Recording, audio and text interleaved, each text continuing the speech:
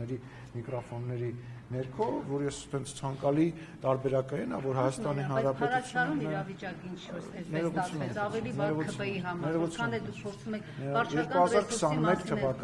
2021 թվականին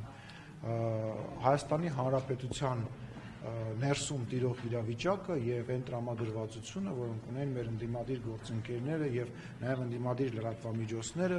խոսում էին այն մասին, որ ընտրությունները քաղաքացիական պայմանագիրը պարտվելու է եւ այլ, բայց Հայաստանի Հանրապետության քաղաքացիները գնացին եւ 54% ձայն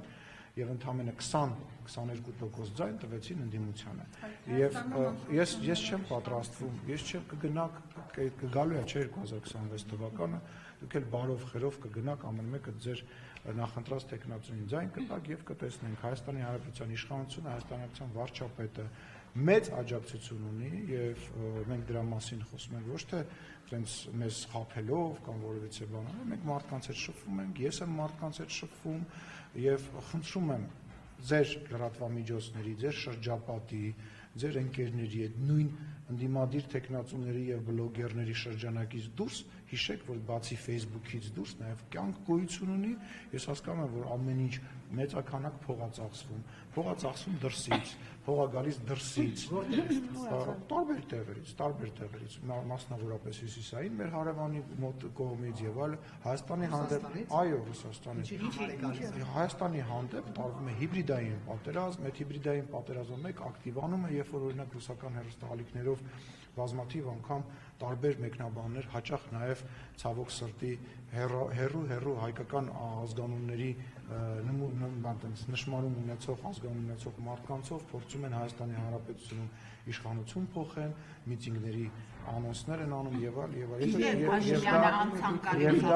եւ դա ասեմ, ես զգուշացնեմ, տեղեկացնեմ, կհիշեք հետո խոսքերս, դա 2026 թվականին էլ ավելի ակտիվանալու, նույնիսկ չեմ վախենում այդ բանը բարձրաձայն ասելուց, դա հակառակ ազդեցությունն է ունենալու եւ ձեր ասած ենթադրենք X քանակի վարկանիշը, որը որ ունի գործող իշխանությունը, կրկնապատկելու է եւ մենք շնորհակալ ենք դրա հեղաշրջման վտանգներ տեսնում եք Հայաստանում, թե ոչ բացում։ Ես որևիցե մեկի կողմից հեղաշրջման վտանգ չեմ տեսնում, որտեղ ես վստահում եմ Հայաստանի Հանրապետության ժողովրդին։ Սա իմ համար ուղղակի խոսքեր չեն, ես դա կարող եմ ասել հենվելով փորձի վրա, որովհետեւ 2021-20 թվականից սկսած պատերազմի ավարտի օրվանից սկսված եւ երևի պատերազմի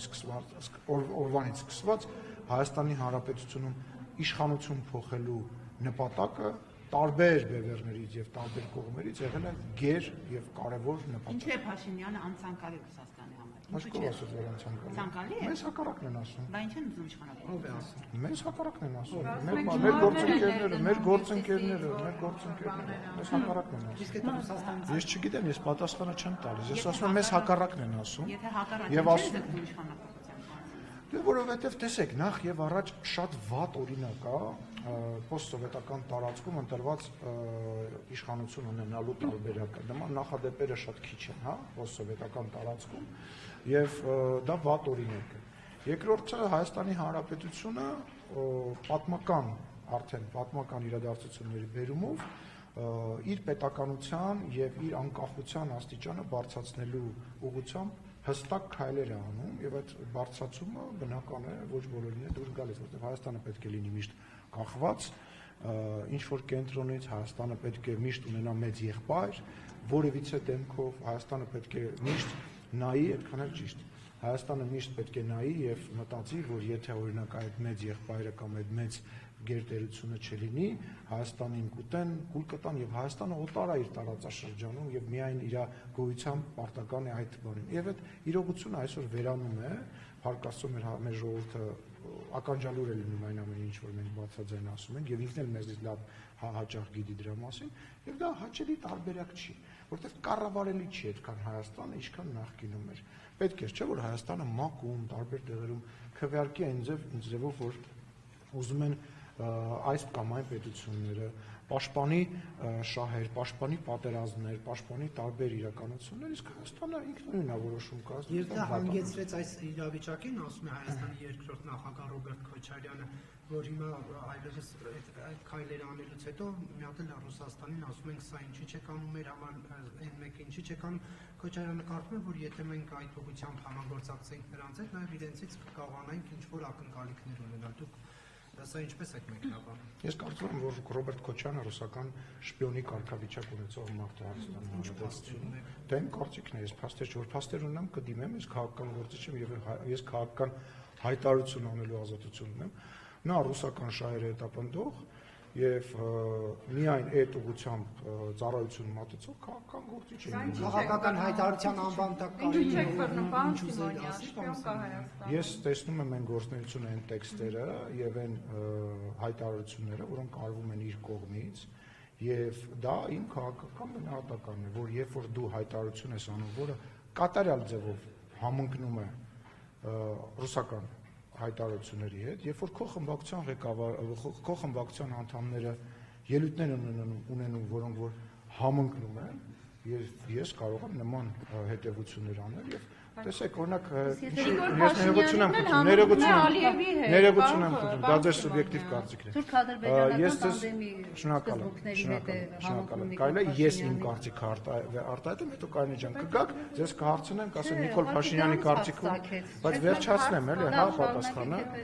Եվ նաև գաղտնիք չէ, օրինակ Ռոբերտ Քոչարյանի կողմից սատարված եւ Ռոբերտ Քոչարյանին քաղաքական առաջնորդ համարող Գյումրիի քաղաքապետը հայտարարում է, որ ինքը տեսնում է Հայաստանը, Ռուսաստան, Բելարուս միութենական կազմի մեջ եւ սենց բազմաթիվ օրինակներ կան, որ ինձ թույլ է տալիս նման պնդում անել եւ վերադառնանք Կարինեի հարցին, խնդրեմ հարց եք տալիս։ Իսկ Նիկոլ Փաշինյանը սպասարկում է այո, եւ շատ կարծիքներ կան, ընդդիմախոսներ դեր ասում են, որ թուրք-ադրբեջանական շահերի պաշտպանն է, բոլոր իրենց պահանջները մտցրել է խաղաղության պայմանագիր, նույն սահմանադրության փոփոխությունը եւ այլն, ամեն ինչը կատարվում է թուրք-ադրբեջանական տանդեմի, այսպես շահերը սպասարկելու, որպեսզի այստեղ հաճախ հենց այդ նույն մարդիկ, ովքեր նման մեղադրանքներ են արտահայտում, իրենք իրենց հակասում են։ Մեկ մի բան են ասում, մեկ մյուս բան են ասում, բայց ակնհայտ է, որ Հայաստանի Հանրապետությանը ներքաշել որևիցե պատերազմի, որևիցե տարածքային պահանջների, հարևան երկրների նկատմամբ, դա հենց այն գաղափարն է, որը որ արվում է, որպեսզի լեգիտիմ իրավունք եւ լեգիտիմ առիթ ստեղծվի Հայաստանի Հանրապետության վրա հարձակում գործելու, ինչպես նաեւ ակնհայտ է, որ հենց ձեր նշած Մարդու Ալիևի հայտարարություններից, որ ինքը դժգոհում է հայկական կողմից եւ ինքը դժգոհում է այն գործընթացներից, որոնք որ գոյություն ունի, անընդհատ հոխորտում է եւ այլն, որը որ ձեր ասացի ուղիղ հակառակի։ Պահանջները չի ընդունվում, դրա համար է։ Հիմա պահանջները ընդունվում է, թե պահանջները չի ընդունվում։ Հիմա դուք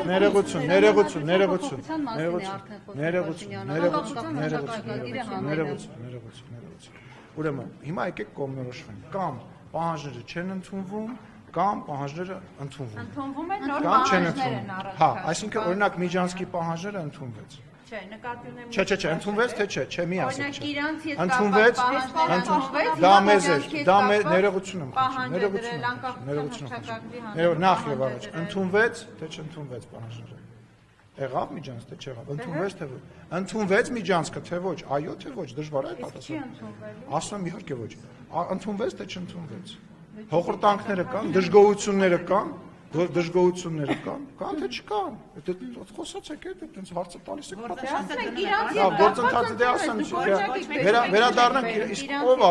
իսկ ով ասեց, իսկ ինչ եք դուք էլի մնացել ձեր այդ ներողություն եմ հայտնում այդ արտահայտության համար այդ փուչիկի մեջ, որ այդ պետք է միայն Ադրբեջանի։ Դա Հայաստանի Հանրապետության այն բանը, ինչ որ մենք ստացել ենք Գիրանցի, այդ Տավուշի մարզի, այդ կտորի սահմանազատման շնորհիվ Հայաստանի Հանրապետության անկախության հիմնաքարերից մեկն է։ Մենք շարունակվում է։ Մենք ստացել ենք սահման, որը որ ճանաչված է երկու կողմից։ Մենք ստացել ենք շարունակվում է։ Մենք ներողություն կարամ վերջացնել։ Հենց հիմա կդա եւս մեկ անգամ զգուշացնում եմ, որևիցե մեկի կողմից ինձ ընդհատվեց տեղում դադարեցնել եմ այս զրույցը։ Մենք ստացանք սահման, որը որ ճանաչվել է հակառակորդ կողմից։ Մենք ստացանք սահման, որտեղ կանգնած են սահմանապահները եւ որտեղ որ ավելի ապահով է, քան այն մասերում, որը որ դեռ որևիցե ձևով սահմանազատում եւ սահմանագծում տեղի չի ունեցել, անդրադառնալով ձեր հարցին, process-ը շարունակվում է, հիմա քննարկվում է այն մասերը, որտեղ որ հետագայում շարունակություն է լինելու եւ ես գոհունակությամբ պետք է ասեմ, որ այդ process-ը մենք ավարտին ենք հասցնելու եւ ֆիքսել ենք նաեւ, որ